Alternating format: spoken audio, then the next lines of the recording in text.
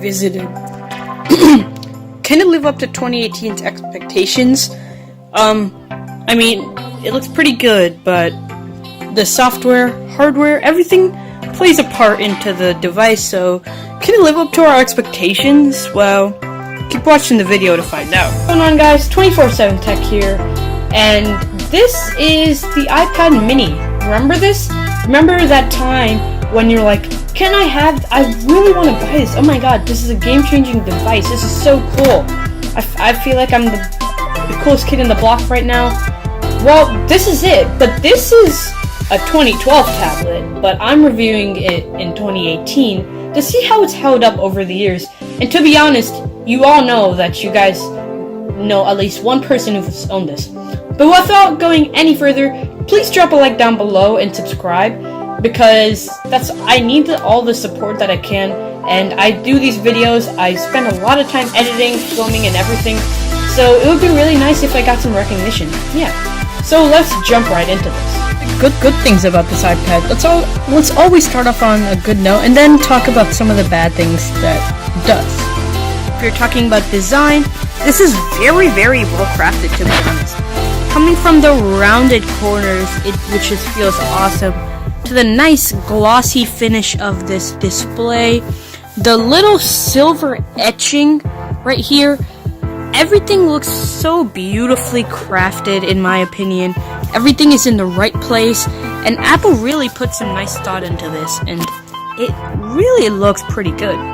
The display isn't that bad, considering it's from 2012. Apple's done a pretty good job with this display. It gets all the colors pretty accurate, to be honest. The brightness is pretty bright also, just a fun fact. It's at just not even any brightness, to be honest. It's not that much, and you can see when it goes to the peak, it just pops out there, and I mean, it's not really, if you're looking for like really outside reading and like everything like that, it's probably not suited for you, but the display is very nice. Just one problem though I have with this is you can see the separation with the digitizer and the display, as you can see right here. You see that little black bar in the middle? Let me turn the display on. You see a little space, and it doesn't really look that great, and the digitizer is separated from it, so that's a little problem. You never ever judge about this iPad is the build quality. It's pretty darn good. From the back, which is a really nice aluminum finish, it feels really nice in the hand. It doesn't really break that often because it's not a glass back. The Apple logo is nice and glossy. Looks beautiful, actually. And the only con I can see is the text. But come on, back in 2012, you had to have this. I think you do now too, but still, and it's not that big of a deal. Turning to the front, the build quality is still pretty good. I mean, you have a really nice glass. Apple puts it on. Scratches are very minimal. I mean, I've had this for 6 years and minimal scratches. Everything looks pretty good. Build quality, A++. Any day is the speakers. The speakers are actually pretty good, to be honest. They're not as loud as like a full house speaker, but still they're pretty good. I'll give you a sample audio test in just 1 second. Take a listen. This is actually pretty good, to be honest.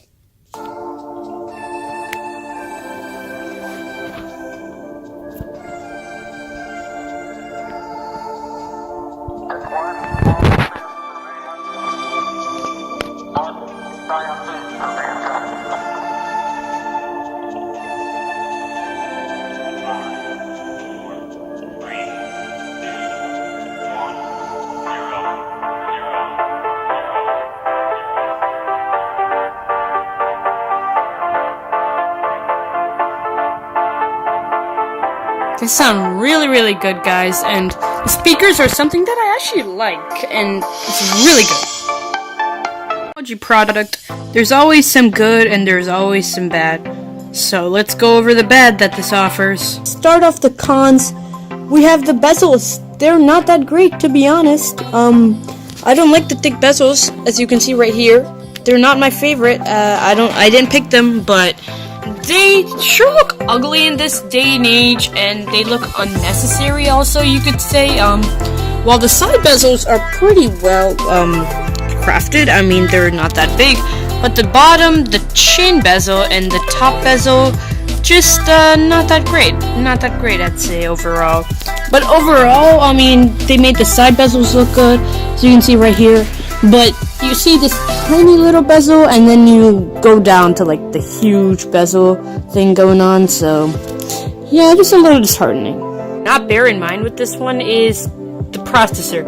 I'm just gonna click on an app right now, and look how long it takes, and let me tell you the exact time after everything loads. It's already been 10 seconds. Let's load everything. And yeah, it took about 11.47 seconds for that to actually come up.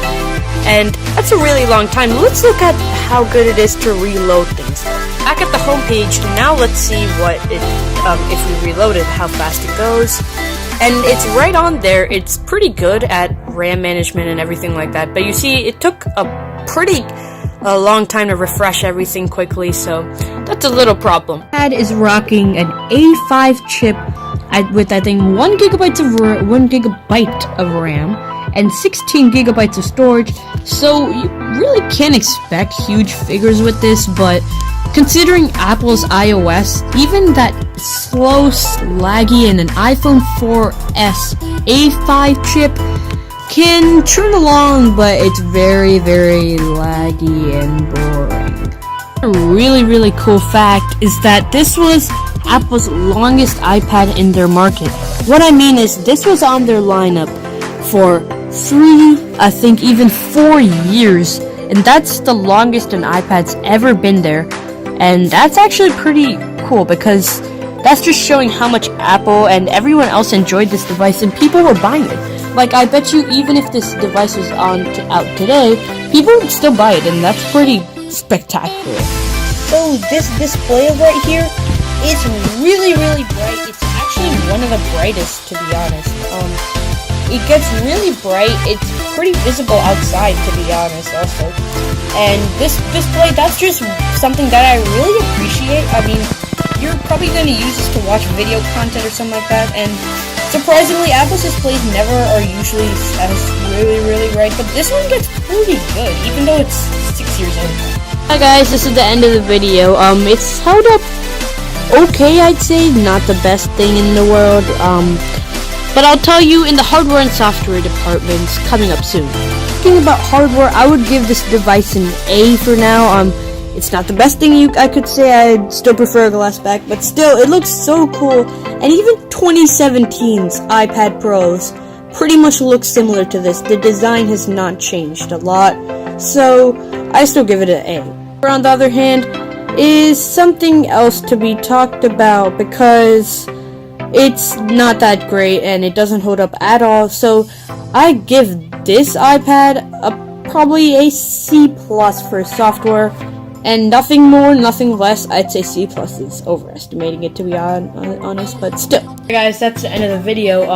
But overall, I feel like I really am not surprised at how this iPad turned out 6 years in the future, because it's held up pretty good in build quality wise. I mean, just look at this. Doesn't this look awesome, guys? It's just beautifully crafted, in my opinion.